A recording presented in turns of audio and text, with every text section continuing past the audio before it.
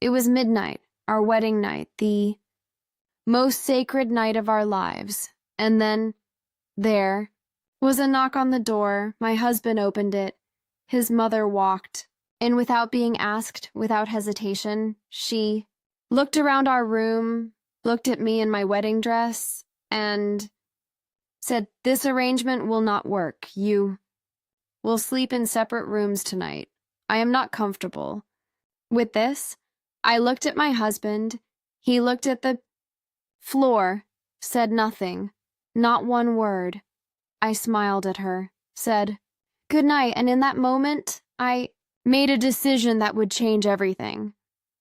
Stay until and because what I did 3 months later, she never saw coming. My name is Noor, and I want you to understand something before I tell you this story.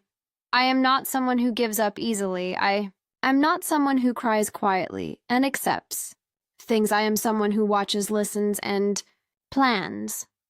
Remember that. I met Tariq 2 years before we married. He was kind, gentle, the type of man who remembered small things that mattered. But there was one thing he could never seem to manage: saying no to his mother, Samira. From the moment we got engaged, Samira made her presence known. She chose the wedding venue. She chose the guest list. She chose my wedding colors. She even chose my wedding dress. Not suggested, chosen Tariq. Each time I looked at him, each time I hoped he would say something, he would smile softly and say, "She means well, Noor. She just loves us." On our wedding day, I walked down the aisle in a dress I had not chosen, in a venue I had not picked, surrounded by people I had not invited, but I smiled. Because I thought, after tonight, it would just be us. I was wrong. The reception ended at 11. Went to our hotel room, finally alone, for the first time in our entire engagement. I sat on the edge of the bed. Tariq was pouring water, and then a knock. Tariq opened the door, and Samira walked in. She did not knock again, did not wait to be welcomed, just walked in. She looked at me, then at the room, then at the single bed, and said, "I have been thinking, this is too fast. Tariq needs time to adjust. You will sleep in separate rooms tonight. I have already spoken to the front desk. There is another room booked for you." I stared at her, then at Tariq. He was looking at his shoes. Waited. 5 seconds, 10 seconds, 15 seconds. He said nothing, not a single word, not my name, not her name, nothing. Samira looked at me, waiting for me to argue, to cry, to beg. I did none of those things. I stood up, smoothed my wedding dress, picked up my bag, and said, "Good night, Samira. Good night, Tariq."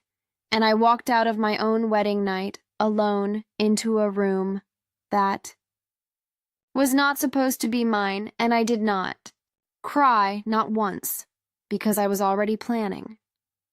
The next morning, Tariq knocked on my door. He came in looking ashamed. He said, "Noor, I'm sorry. She just worries. I should have said something."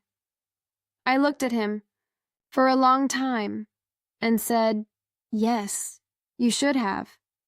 He tried to hug me. I stepped back, not dramatically, just stepped back and said, "Tariq, last night was not about your mother. Last night was about you and what you chose."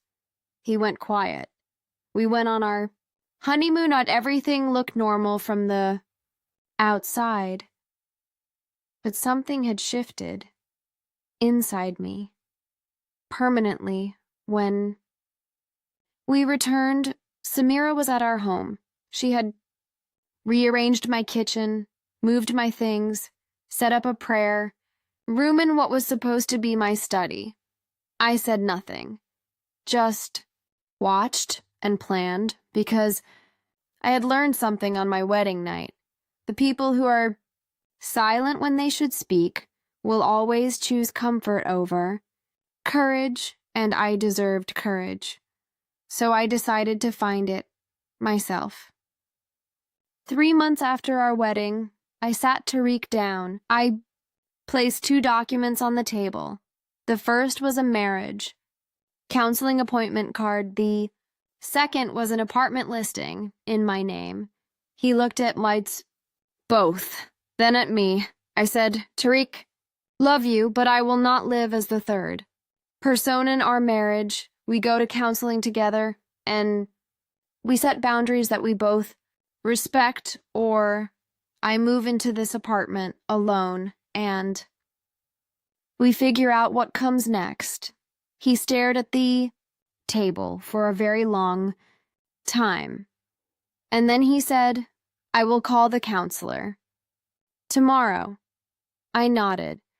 We went to counseling every week for 3 months, and slowly, Tariq learned something he had never been taught: how to have a boundary with his mother. The first time he told Samira that she needed to call before coming, she cried. The second time, she argued. The third time, she accepted, because she understood that the quiet woman she had sent to sleep in another room in her wedding night was not going anywhere, but she was also not staying silent, not anymore. Noor and Tariq are still married today. Samira calls before she visits.